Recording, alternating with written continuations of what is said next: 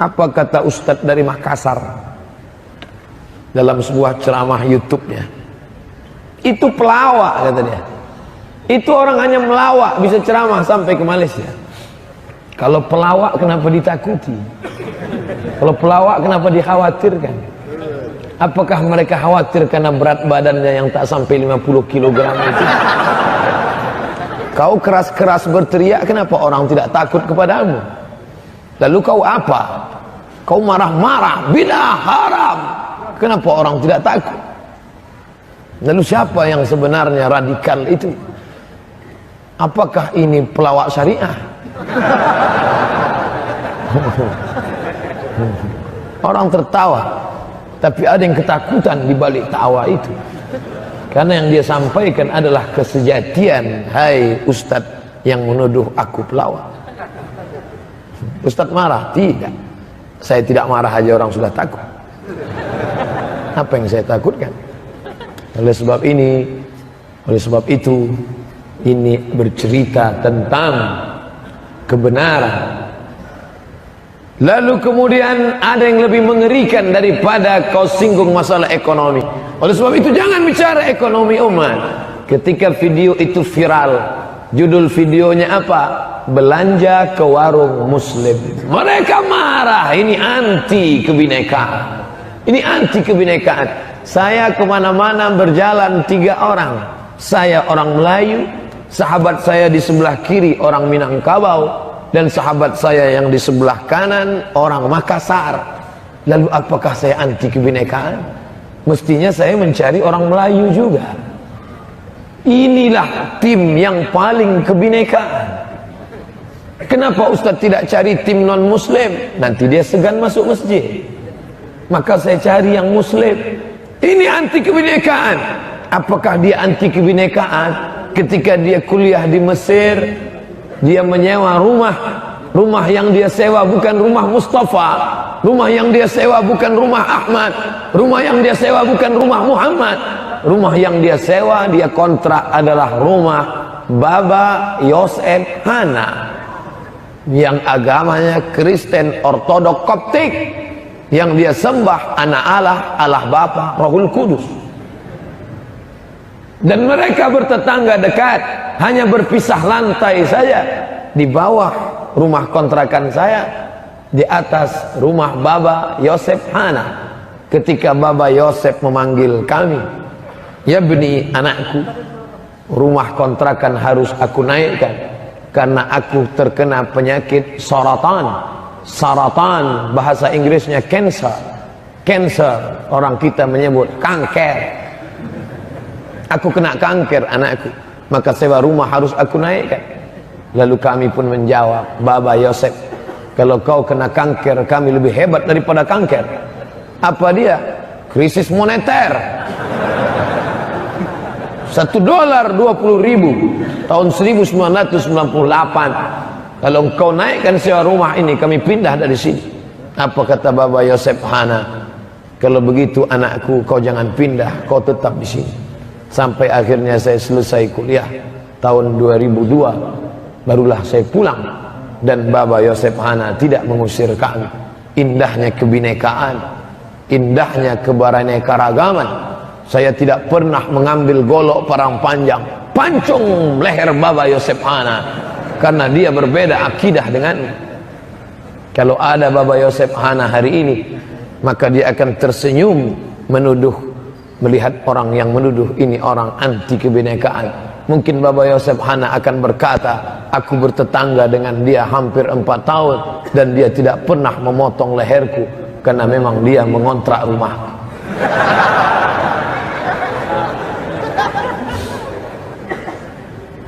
Gerakan belanja ke warung muslim. Mari belanja ke warung muslim. Ketika kau belanja kepada teman sebelah, tetangga sebelah, kau tak pernah main tawar. Kau tinggal ambil barang, lalu tidak kau tanya harganya, tinggal kau tanyakan saja langsung ke mesin. Kau tinggal cari barcode-nya. Tidak pernah kau tanya berapa modalnya. Tapi ketika kau beli ikan di tangan yang mulai keriput karena tua dan dimakan air, dia sisik ikan itu supaya laku, supaya pembelinya langsung memakan dan menggorengnya. Lalu kemudian ketika dia jual, hari mulai panas, jam 12 siang, ikan mulai agak berbau. Datang si penawar, berapa bu? 10.000. 2.000 ya? Kau menawar apa membunuh? Kenapa tidak kau ambil saja pisau itu, kau tusukkan ke lehernya sehingga dia mati? Apakah kau kaya gara-gara uang 3.000 itu? Apakah kau kaya gara-gara uang itu? Kita video itu diviralkan, lalu orang akan berkata, inilah anti kebinekaan. Aku bukan anti kebinekaan, aku hanya ingin menghidupkan leher saudaraku yang akan menyuapkan uang 8.000 itu kepada anaknya yang akan pergi sekolah. Salahkah aku? Salahkah saya? Ustaz hari ini mah ceramah apa curhat? Menjadi muslim sejati tantangannya luar biasa. Ini baru bicara ekonomi, belum kau buat mall yang besar, belum lagi kau buat mall syariah, belum lagi kau buat padang golf syariah. Orang sudah marah. Hanya baru sekedar mengajak orang membeli ikan 8.000, jangan ditawar 2.000. Hanya itu saja yang kau katakan. Ternyata menjadi muslim sejati. Lalu yang selamat itu apa? Yang paling enak santai sekarang itu apa? Marilah sabar. Marilah kita sabar. Judul kajian subuh kita ini adalah tolong hapus ini, buang kalimat ini. Lalu apa judulnya? Bersabar menerima musibah. Kalau motormu hilang, sabar. Anak gadismu dihamili orang, sabar. Istrimu dilarikan orang, sabar. Kau keluar dari masjid, sendalmu hilang, sabar. Tapi ketika itu terjadi pada dirimu, kaulah yang paling marah pertama. Lalu apa namanya engkau yang mengatakan sabar-sabar tapi kau tak sabar? Kau hanyalah munafik yang berbaju sabar. Innal munafiqin, orang munafik fid darkil asfal, di keraknya neraka. Na'udzubillah. Ada yang lebih hebat daripada tantangan ekonomi Islam? Ada. Apa namanya? Politik. Ketika kau bicara tentang politik, kau sudah menyentuh kekuasaan. Di dalam kekuasaan ada kepentingan, ada harta, ada proyek, ada bantuan, ada dana yang besar. Ketika itu maka kau sedang menyentuh api dan kau siap terbakar. Kau genggam dia, tanganmu akan melepuh, atau kau lepaskan dia, dia akan padam dengan sendiri. Jangan ketika terasa panas kau lepaskan, terasa panas lepaskan. Ketika agak lupa kau pegang kembali. Maka bukan begitu. Oleh sebab itu paling selamat adalah jangan bicara tentang kekuasaan. Jadi jangan heran kalau ceramah Ustaz Somad tidak lagi menyinggung kekuasaan. Pilihlah pemimpin yang peduli pada Islam. Dulu ceramah dia tentang itu. Pilihlah yang peduli pada Islam. Siapa yang tidak memilih pemimpin peduli pada Islam, akan lahir politisi yang tidak mementingkan Islam. Benar apa salah? Lihatlah, suara mulai mengecil karena mereka juga mulai ketakutan. Oleh sebab itu, maka ini penting di masa akan datang. Video mulai dihapus dari YouTube, Instagram mulai di-ban. Mengapa tidak jadi? Karena ada gejolak yang luar biasa. Ada suara-suara yang marah. Mengapa ini? Mengapa ini? Tidak tahan lama, hanya 12 jam saja mesti muncul kembali. Itulah pentingnya berjamaah. Berjamaah solat, sebenarnya di balik jamaah solat subuh ada kekuatan yang luar biasa. Bagi pedagang beda pandangannya dengan politisi. Pedagang bila melihat orang ramai ini, dia berpikir, wah berapa lontong sayur yang laku.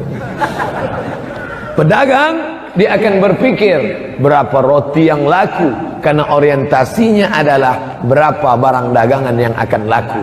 Tapi politisi melihat orang ramai, dia berpikir ini 2 kursi ini.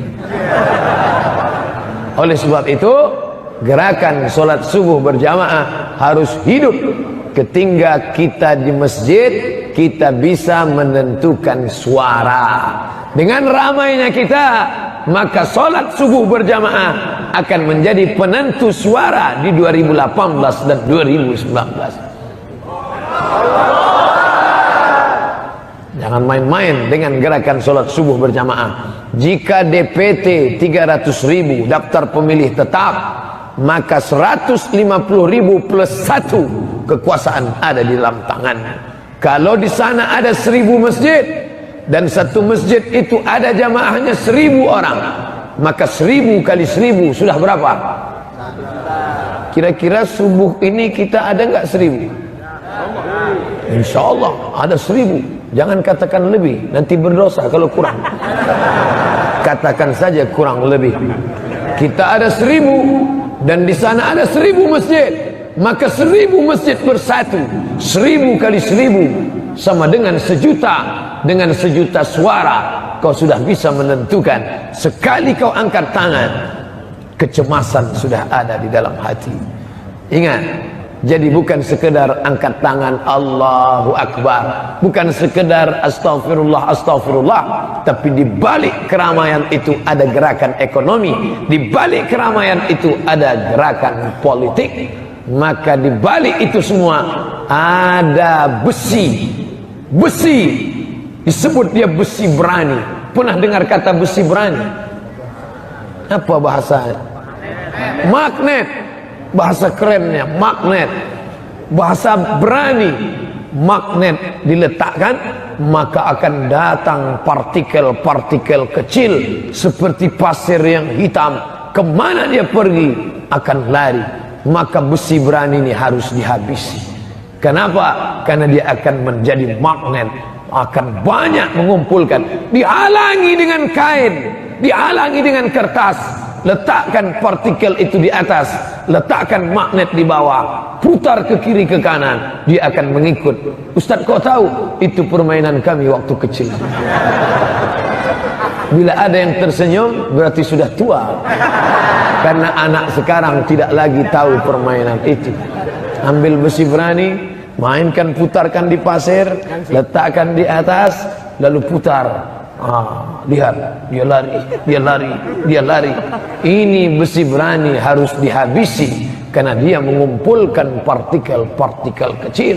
Dia harus difitnah, dia harus diajak, dia harus dibunuh. Kalau perlu, habisi dia. Kira-kira dia suka makan apa? Nanti kita akan masukkan racun ke dalamnya. Itu yang dilakukan dulu oleh Yahudi kepada Sayyidina wa Maulana Muhammad sallallahu alaihi wasallam.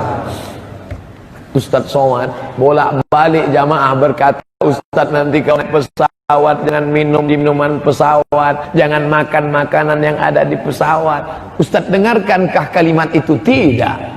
Kenapa? Saya lapar, saya makan, saya minum. Apakah Ustaz tidak takut diracun? Tidak. Lalu kalau Ustaz mati, saya akan mati syahid. Penggantinya siapa? SIT, Insan Tama. Masuk satu iklan. Mereka yang akan bangkit bergejolak. Satu hamba Allah yang miskin, miskin dagingnya, miskin ekonominya, miskin badannya. Miskin artinya kasihan. Kasihan kami melihat dia di mana-mana ceramah. Pasti orang di masjid bertanya, Ustaz sehat? Ustaz nampaknya lelah, wajah Ustaz lelah. Apa jawaban Ustaz? Saya diam aja. Lihat aja nanti. Kau kasih aja mikrofon, hilang ini semua.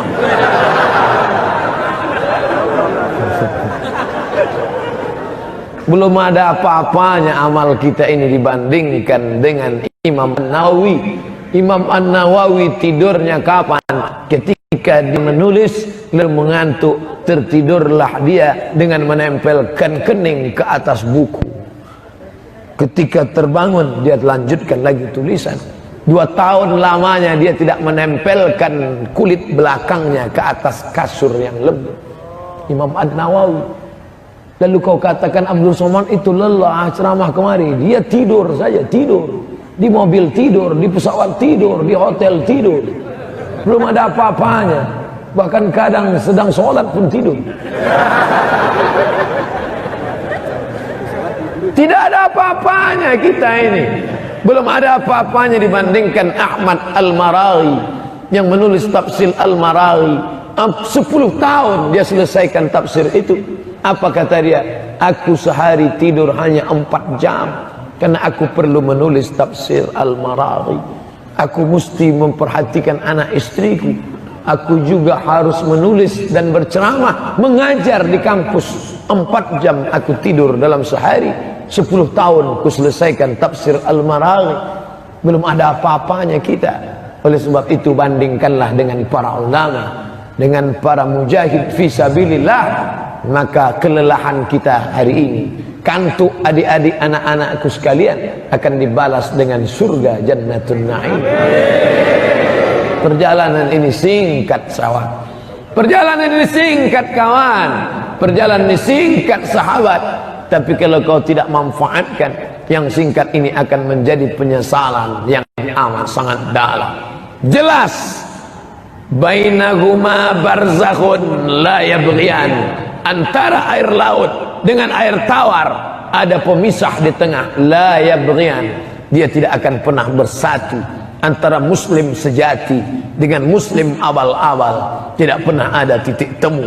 Di sana ada sekuler, di sana ada liberal, di sana ada komunis, di sana ada Syiah, di sana ada kafir. Mereka satu. Partai itu bernama Aliansi Ahzab. Kapan? Dulu namanya Perang Ahzab. Hizib partai, Hizbani 2 partai, Ahzab partai-partai. Perang itu bernama Perang Ahzab karena ada 3 koalisi. Siapa dia? Yahudi, kafir musyrik, dan munafik. Perang itu bernama Perang Ahzab, tapi juga disebut dengan Perang Khandaq.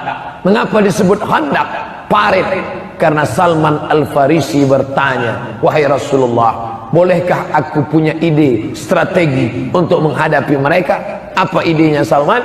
Bagaimana kalau kita buat parit panjang? Kita buat parit panjang dan lebar sehingga kuda kafir musyrik tidak akan bisa masuk ke kota Madinah. Silakan. Maka digarilah parit panjang. Parit panjang itu bahasa Arabnya Khandaq.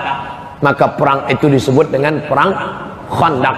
Disebut juga dengan Perang Ahzab. Koalisi 14 abad yang lalu sudah diajarkan koalisi. 3 berkoalisi. Kafir, musyrik, munafik, dan Yahudi berkoalisi. Maka jangan heran dengan koalisi-koalisi ini, karena ini biasa dalam perjalanan panjang. Hanya orang yang baru tahu sejarah saja yang terbengong dan terbingung. Bagi kita ini suatu yang biasa. Di mana muslim berada? Muslim sejati berada di tengah kancah peperangan. Mereka tidak takut sedikit pun. Kenapa? Karena mereka sholat di masjid, dan orang yang sholat di masjid itu sifatnya 5. Innama ya'muru masajidallah man amana billah, beriman kepada Allah, wa aqamas salah, beriman kepada Allah dan hari akhirat, wa aqamas salah, menegakkan salat, wa ataz zakah, membayar zakat, walam yakhsha illallah, dan dia tidak takut kecuali hanya kepada Allah Subhanahu wa ta'ala saja. Takutkah Abdul Somad? Tidak. Mengapa Abdul Somad tidak takut? Di sebelah kiriku tentara, di sebelah kananku polisi, di sebelah kananku pengacara, di sebelah kiriku jawara. Apa namanya? Japar, jawara, dan pengacara. Apa yang ditakutkan? Apa yang dikhawatirkan Ustaz Somad? Dari mulai pintu sampai ke dalam, para jawara-jawara dengan golok-goloknya.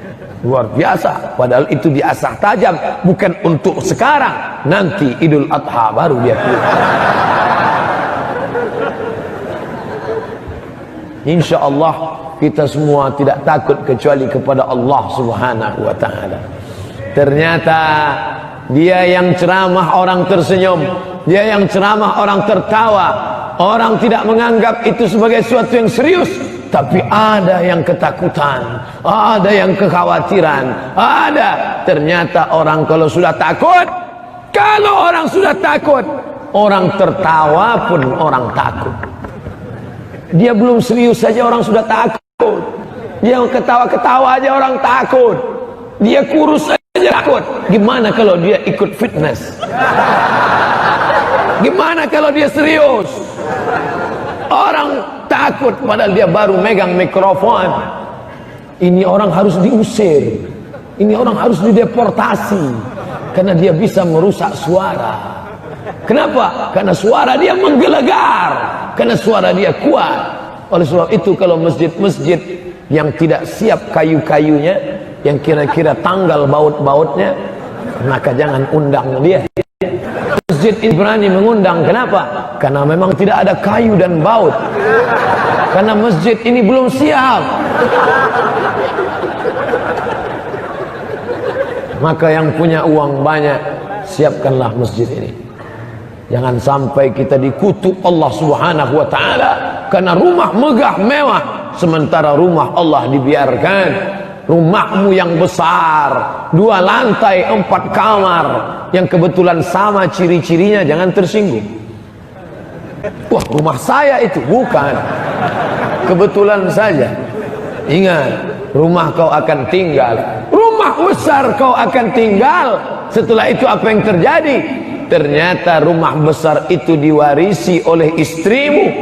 Lalu setelah itu tak lama istrimu menikah dengan brownies.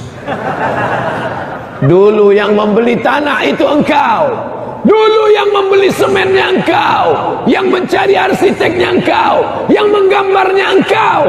Sekarang yang tersenyum manis di rumah itu siapa? Anak muda yang sekarang menjadi suami kedua bagi istri. Kau di mana? Kau dimakan cacing tanah. Tapi kalau kau pernah belikan 2 kotak keramik, kau belikan 2 sak semen, itulah yang akan menjadi kekal dan abadi. Mana kotak? Keluarkan. Kalau tidak ada kotak, sorban. Mana sorban? Saya dikasih sorban, tapi sorban ini tidak bisa menampung duit. Bisa dilebar. Oh enggak. Alhamdulillah. Keluarkanlah, bagilah. Ustadz itu hanya ceramah saja, ceramah sedekah, maka dia sendiri pun tak sedekah. Kebetulan untung saya bawa dompet ke subuh. Jangan dompet-dompetnya.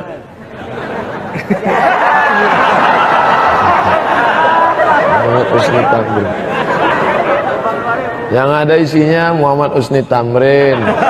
Satu lagi Pangeran Antasari.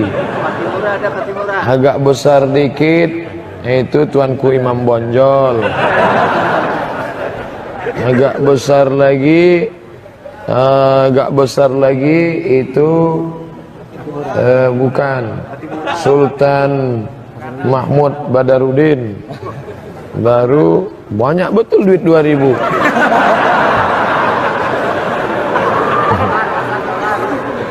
Tak ada yang besar, ambil aja lah semua.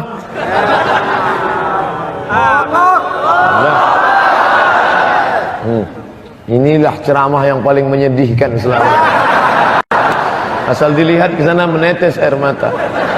Lah, bawa ke sana, kelilingkan terus. Yang tidak ada duitnya, masukkan kartu-kartu ATM-nya ke dalam. Lengkap sama PIN-nya sekalian. Itulah yang akan menolong di hadapan Allah Subhanahu wa taala. Itulah yang akan menjadi bekal kita menghadap Allah Subhanahu wa taala.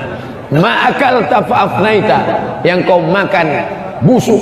Wa malabista fa'ablaita, yang kau pakai lapuk. Tak perlu ribut bersuara, karena mengeluarkan duit tak perlu pakai suara. Ribut rupanya 2000 perak. Saudaraku yang dimuliakan Allah Subhanahu wa taala, kita tak perlu khawatir, tak perlu takut. Anak-anak muda yang ada di hadapan saya ini sekarang, ini yang akan menjadi besi berani, magnet 10 tahun yang akan datang. khawatir luar biasa. Mereka dirusak dengan sekuler, mereka dirusak dengan liberal, mereka dirusak oleh komunis, mereka dirusak oleh aliran sesat, mereka dirusak oleh sinetron Korea, mereka dirusak oleh boy band, mereka dirusak oleh lady boy bencong, mereka dirusak oleh HIV AIDS, mereka dirusak oleh zina. Tapi insya Allah mereka tidak akan rusak. Kenapa? Mereka akan dididik sekolah Islam terpadu.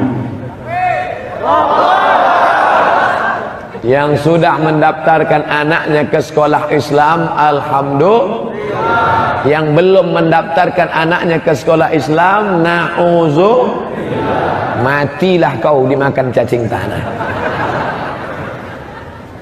Memangnya nanti kalau sakratul maut, anak kau yang pandai main keyboard, kau panggil guru keyboard, kau bayar sekian juta, nanti kalau kau mati, anakmu akan membuka keyboard, akan dinyanyikannya lagu ayah. Kau terimalah lagu beserta keyboard-keyboardnya di alam barzakh. Tapi anakmu yang sekolah di Islam terpadu, dialah yang akan membaca di tengah malam, Rabbil firli wali walidayya warhamhuma kama rabbayani shaghira. Mudah-mudahan itu anak kita insyaallah. Dengar suaranya kecil mengucapkan amin, kata dia. Amin, berarti dia hadir di sini. Mungkin umurnya masih 5-10 tahun. Sekarang dia baru kelas 1 SMP, 3 tahun SMP, 3 tahun SMA, 4 tahun dia kuliah S1. 2018 dia kelas 1 SMP, 2028 dia sudah lulus PNS, 2038 dia akan mencalon menjadi calon anggota legislatif. Dia yang akan mengeluarkan perda syariah. Allahu Akbar.